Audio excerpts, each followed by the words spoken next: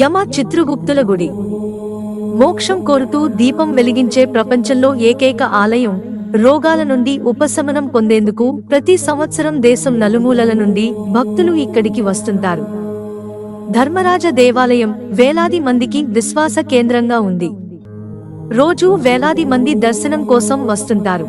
అంతేకాదు, ఈ గుడిలో దీపం వెలిగించడం కూడా ప్రత్యేకతను కలిగి ఉంది.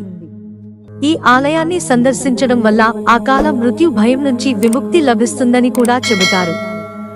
శారీరక సమస్యలతో జీవన్మరణాల మధ్య పోరాడుతున్న వారి రక్షణ లేదా మోక్షం కోసం ప్రత్యేక పూజలు చేస్తారు. మధ్యప్రదేశ్లోని ఉజ్జయిని లయకారుడైన శివయ్య కొలువైన క్షేత్రం. ద్వాదశ జ్యోతిర్లింగాల్లో ఒకటైన మహాకాళేశ్వర ఆలయంతో పాటు అనేక దేవాలయాలు ఉన్నాయి. ఒక్కొక్క ఆలయం ఒక్కొక్క ప్రత్యేకతను కలిగి ఉండి భక్తులతో పూజలను అందుకుంటాయి.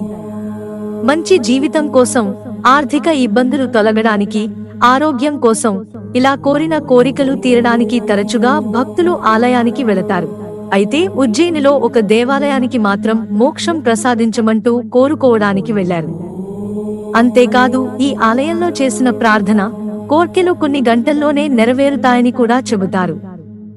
ఈ ఆలయ పౌరాణిక చరిత్ర గురించి తెలుసుకుందాం. ఈ ఆలయం ప్రత్యేకత ఏమిటంటే, ఈ ఆలయం క్షిప్రా నది ఒడ్డున ఉన్న రామ్ఘాట్ వద్ద నిర్మించబడింది. ఈ ఆలయంలో యమ ధర్మరాజు, చిత్రగుప్తుడులు ఉంటారు.